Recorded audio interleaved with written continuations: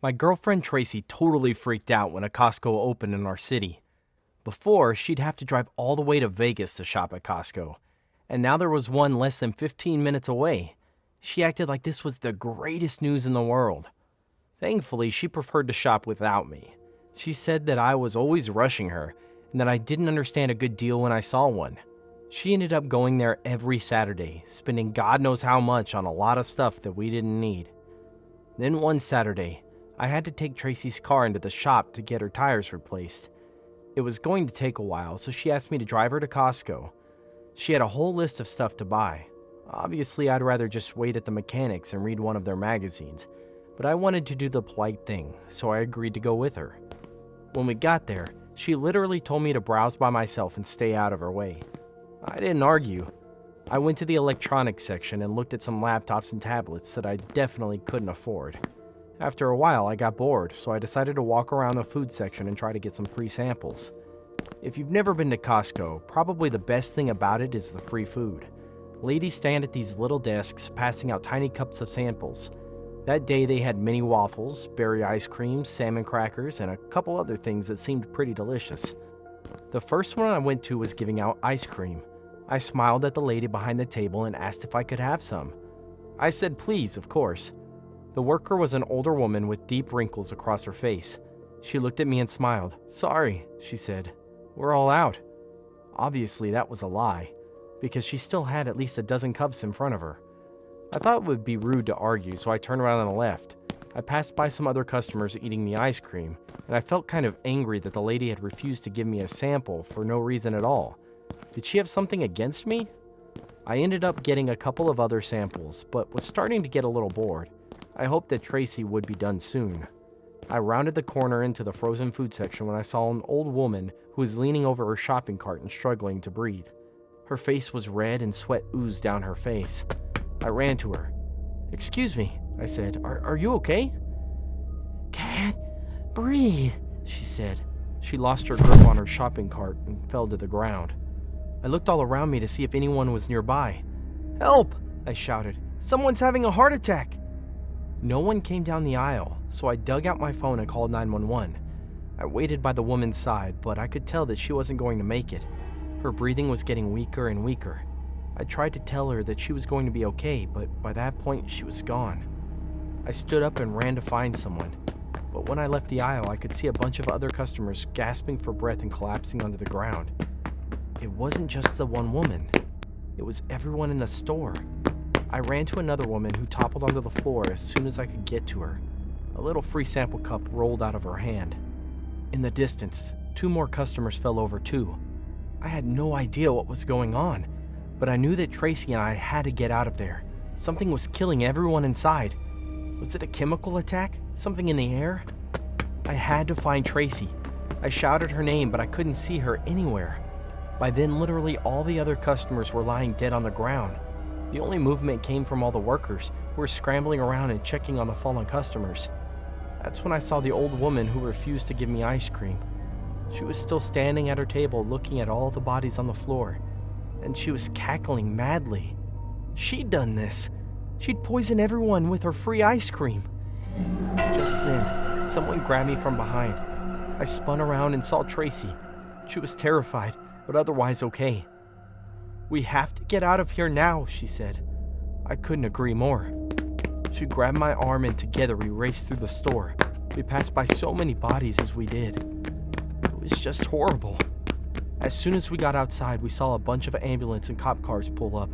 I guess I wasn't the only one to call 911. A policeman ran up to us and asked us what happened. I told him my theory. I think that someone in there poisoned the free samples. We had to answer a bunch of questions while the cops and paramedics rushed inside. Several minutes later, 2 policemen came out of the building, leading the samples lady away in handcuffs. They were holding her tight because she kept trying to escape. Her gray hair hung wildly in her face, and she looked completely insane. She was screaming too. "They deserved it," she said. "I hate them all. I spend every day giving out free food, and no one ever shows me any manners. They're all scum. They deserve to die." Tracy was still standing next to me at the time. She gasped, "Oh my God, I asked her for a sample and she refused because I said please. Me too, I told her. We watched the police take the woman away. As they shoved her into the police car, she screamed the loudest, angriest scream I'd ever heard. It was like she was cursing the world. I was numb at what I had just seen, but at the same time I was relieved. My girlfriend and I were both saved from a horrible death just because we were the only ones in the store who tried to be polite.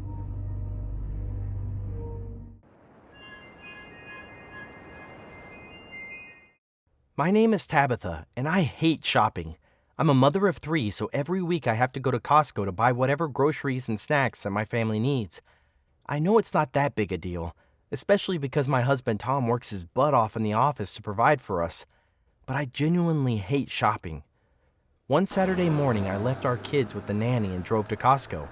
I expected to be there for about an hour. As I crossed through the store, I saw my husband Tom up ahead. He was standing with a trashy blonde woman. I couldn't believe my eyes. Tom was supposed to be at work. What was he doing with this woman who looked like a And why was he dressed like that?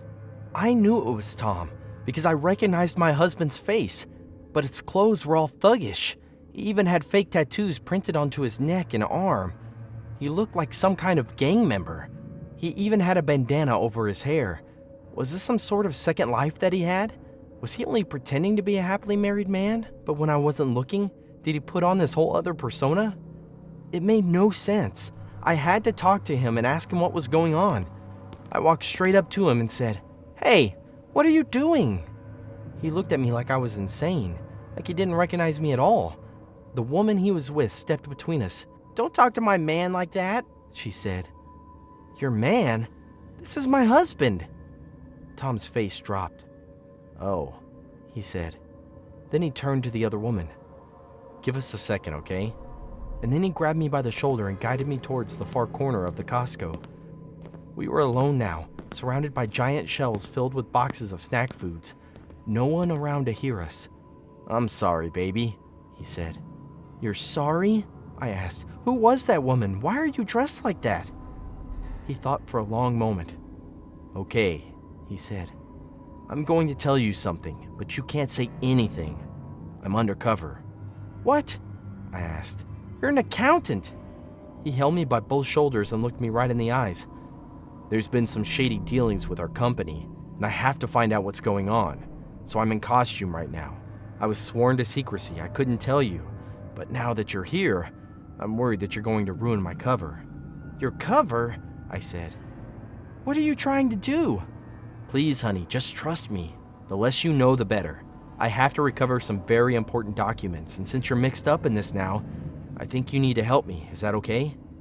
I could tell from his expression that he was desperate, and I didn't want to say no to my husband in a time like this. "Of course," I said. "I love you, Tom." He smiled. "Good. So my associate and I are going to sneak into the back and gather the documents. I need you to be out here as a distraction. Can you do that?" Sure," I said. "What do I need to do?" He pointed around the corner. "There's a security guard right there. I want you to talk with him and make sure he is looking right at you while I sneak past. Is that okay?" "Yeah," I said. "But it sounds kind of illegal and dangerous." "Trust me," he said. He guided me around the corner and showed me the security guard. I walked over to the man and started talking to him casually. I'm a pretty attractive woman, so it was easy for me to get all his attention. I asked him questions about his job and about how exciting it was. And while we talked, Tom and that other woman snuck behind him into the back warehouse area of the Costco. We talked for about 5 minutes when the security guard said he had to go check the back. I tried to stop him because Tom hadn't come out yet, but he just kept going. As soon as he was gone, I texted Tom, "Be careful, the security guard is coming your way." Tom texted back immediately, "What are you talking about? I'm at work." That's when I realized that the man I was talking to wasn't my husband at all. What was going on? The stranger who looked exactly like my husband was somehow doing something very illegal, and I had just helped him. Before I could do anything, I heard a loud gunshot noise coming from the back of the store. Then fake Tom and his trashy girlfriend ran right past me without even looking. They were carrying a large black bag, probably filled with money. In seconds, they were gone. I wandered into the back and saw the security guard lying on the ground. He'd been shot in the leg, but he looked like he was going to be okay. You helped him," he said. And then he passed out from the blood loss. I called 911, completely unsure of how I was going to explain this. The cops arrived within 5 minutes. They got my statement, but I think that only made things more confusing. They told me to go back home and they'd call me if they had any other questions. When I got home, Tom was waiting for me. "What the hell happened?" I asked him. Tom looked at me and said, "Honey, there's something I've been keeping from you all these years. I have a twin brother. He's been in jail for over a decade, so I figured that you'd never meet him. But I guess he was released, and he hasn't learned his lesson, apparently. It looks like he just robbed Costco and you helped him commit the robbery." I was speechless. He wrapped me in a big hug and said, "It's okay. It's not your fault." All this happened 3 weeks ago. Tom's twin brother is still on the run, and the police have come over 3 more times to ask me more information. I told them the whole truth, and I don't think I'm in any real legal trouble. I think they just assumed that I was a total idiot. And maybe I was. I have no idea where Tom's brother is, but I hope that he doesn't try to come back into our lives again.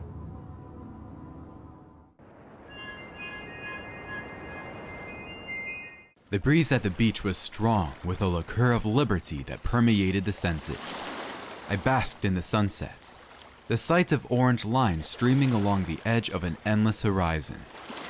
The waves crashed softly to the bank in relentless flushing advance on sand.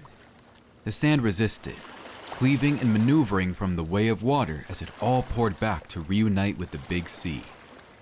It was a curious spectacle to behold how freely the world interacted. I took long sniffs of the clean sea air to ease the path into my lungs. It was the first time I had had clean air in weeks. An hour ago, I could still envision the blue invisible trail of the city's carbon in the air. My chest had contracted at the instance of that horrible city that I sought escape from. The dull passage of time with monotonous urgency of activities in its company, all pressing towards nowhere. It riled my stomach and parched my mouth. I turned around in my small recliner and lay on my back. I lay on the beach and gazed up at the sky above. I let out a sigh of relief, feeling a sense of calm wash over me.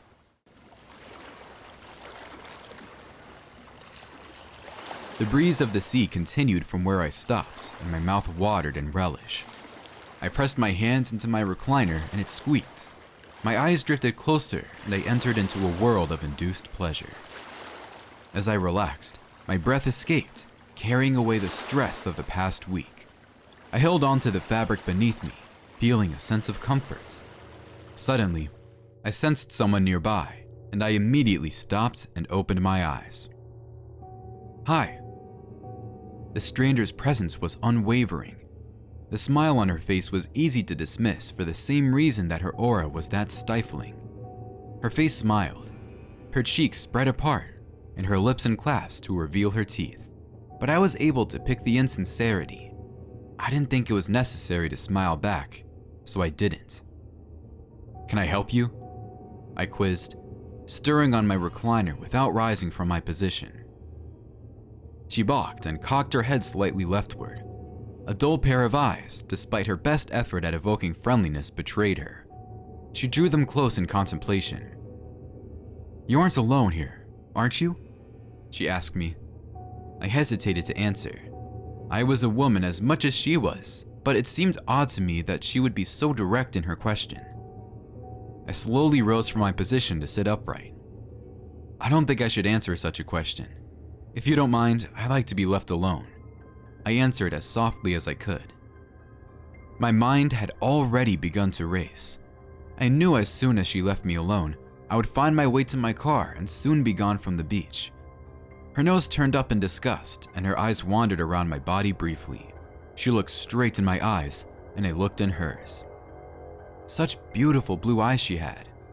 She had dirty blonde hair that went past her shoulder with the fringes hanging around her neck. Her bikini was brown, and they suited the tan of her skin. I did not bother to stare more, suspecting I may give her ideas of desire which I was unwilling to offer. I strategically looked away from her. "Jerry, I think we have a in this one," she suddenly called out. The air on the beach suddenly ran cold against my skin. My heart stopped and my vision tunneled at her words. Sheer horror froze my limbs as I turned my neck to the sight of a man marching briskly towards us from my rear. My mind reeled as all else felt numb to my senses. "We'll f her and dump her in the sea," she hollered at the man. My chest contracted again and respiration became a difficult affair. The contraction was worse than it was in the city. It was no ordinary course of affairs. My life was flashing before my eyes and I was tumbling through emotions I did not suspect I had. My lips hung loose, as did my thoughts. My hearing failed me, but her last words rang in my head as though it were my own thoughts. Time was not an ally as the man burst from a march into a jog. In my dizziness, I sprung to my feet. I lost grip on what was real and what was being imagined in the moment. The thoughts that occupied my head were unclear, and I knew I had little time to process them. I followed instinct. I swung my feet towards her stomach as hard as I could. The slap was so resounding that I felt my ankle move. Adrenaline washed over the ache, and I was too numb to feel anything. "Ow!" she cried, grabbing onto her stomach. My feet obliged me to run, and I did. "Come here, you little bitch." The one she had called Jerry hollered at me, but he was simply too far to enforce his order. I sensed it would take a good sprint for him to close the gap between us. My heart was beating so quickly that I almost tumbled over the heaps of beach sand. I said a small word of prayer, and tears drifted from my eyes as I ran in terror. It took all I had in me to protect my own life, and I was ready to expend it. "God, please," I begged, hoping to reach my car before they caught up with me. My salvation in this instance was a Glock I always left between the acceleration and brake pedals of my car. It was easy to reach, I knew, but I only needed to reach it. I felt his spittle sprinkle over my back as he grabbed a tuft of my hair. He finished his words. He had my held back and slammed my face against the door. I pulled my door open with the same motion. A piercing noise lined my ears, and I shook my head to get out of the pain. He was panting, I was panting, but I was on the floor beside my open door and he took his eyes off me. "Keep up, Christy," he called out, and it broke through the buzz in my head. I opened my eyes, and in one final act of desperation, I leaped straight under my seat. "What the hell?" he cried in shock when he returned his attention to me and found the gun in my hand. Christy had already kept up and was within my range. I worked the gun with familiarity and pulled the trigger point blank on his chest. One shot and he was on the floor, clutching his chest as he struggled for breath. Christy spun around too late. I was too numb to think. I fired another shot and she was on the floor. "Oh God," I cried as I picked myself up off the floor and away from my horror. I turned the ignition on and the engine revved. I drove away with two bodies on the floor, grateful for my life.